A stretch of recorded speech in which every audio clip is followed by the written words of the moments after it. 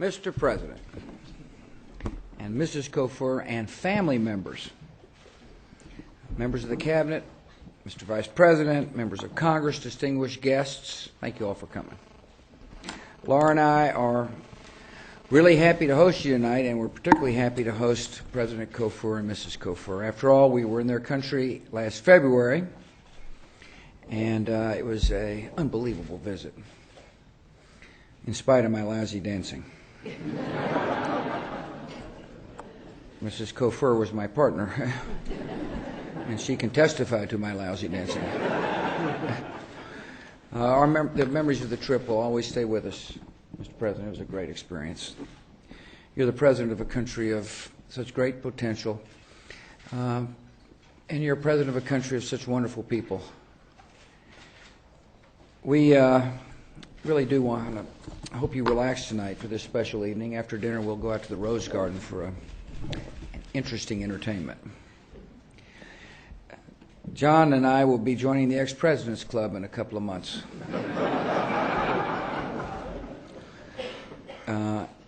But I am confident we have left behind an enduring relationship between our two countries. We've worked hard to help the people of Ghana. Because of his integrity and because of his leadership, I was confident in proposing the Millennium Challenge account for the country of Ghana. We're working hard to fight disease together. In this room are compassionate people who care deeply about the citizens of your country, John, and we want to thank you for your compassion and thank you for coming. We care deeply about the education of people all across the globe. John, you've helped your people build a thriving democracy where the rule of law is respected. And as well, you've taken a leadership role on the continent of Africa. I thank you for your wise counsel and your judgment on how the United States can work to promote peace. I really have greatly enjoyed serving with you in an historic era. I have confidence that the next presidents of both our countries will be able to work together. In the meantime, I offer you a toast. I wish you all the best in your retirement. I have loved being in your presence, and so a toast to the President and his gracious wife, Teresa, and the people of Ghana.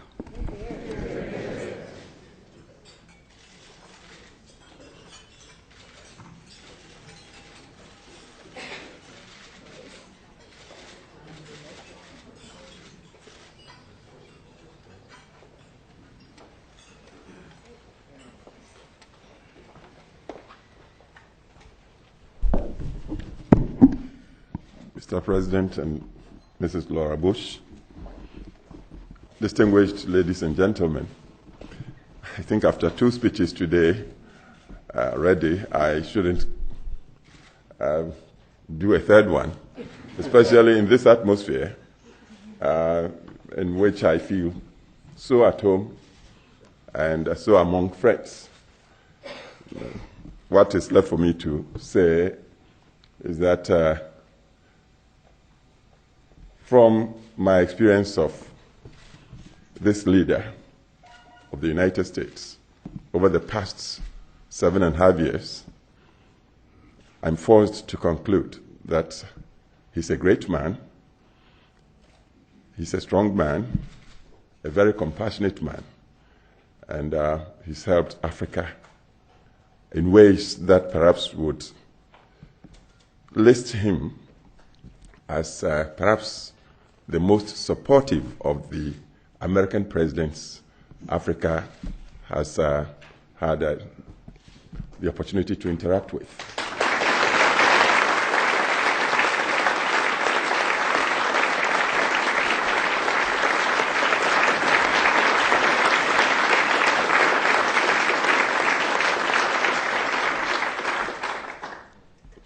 Yes, we know he's going through some turbulence, but perhaps it's to be expected of the leader of the most powerful nation in the world at this time of events for the globe.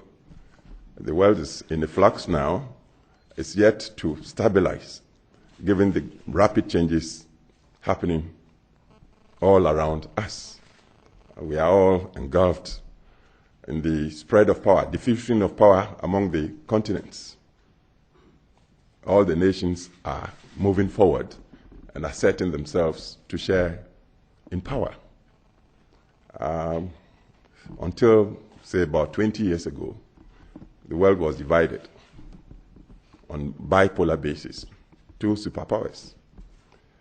Now, since then, the United States shot up as the unipolar power. But so soon, even the United States must cede this place of power to the rest of the world. Other nations are coming up very fast. Geopolitics are changing very fast. And nature itself is also changing very fast.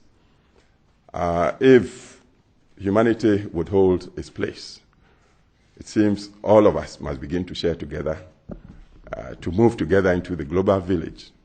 And the movement should be on the backs of science and technology, in which the United States is still the leader. We look up to the leadership of the United States to perhaps develop a new vision for the global village, so it might help humanity as a whole to move into the village, to live by values that will be shared, not on basis of might, but on basis of just helping humanity, letting everybody feel they are part of the show. When you are a leader in such a situation, in such a flux, naturally you'd suffer many knocks all over the place, and the perhaps highest quality expected of the leader is to stay the rough and tumble of the changes that must be faced. And I believe this leader is doing very well, in spite of the many challenges that engulf him now.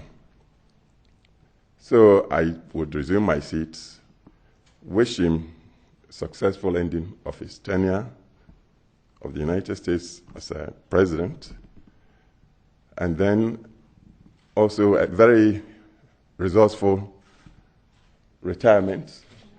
He's offered that he develop an institute in his tribal home of Texas, and that when I retire, I would be welcome in that realm. I look forward to that. It would make two of us, because we assumed office same year, 2001, and we are retiring together again same year by end of this year. So perhaps we are two of a kind. And I wish him very well and great success. Thank you very much.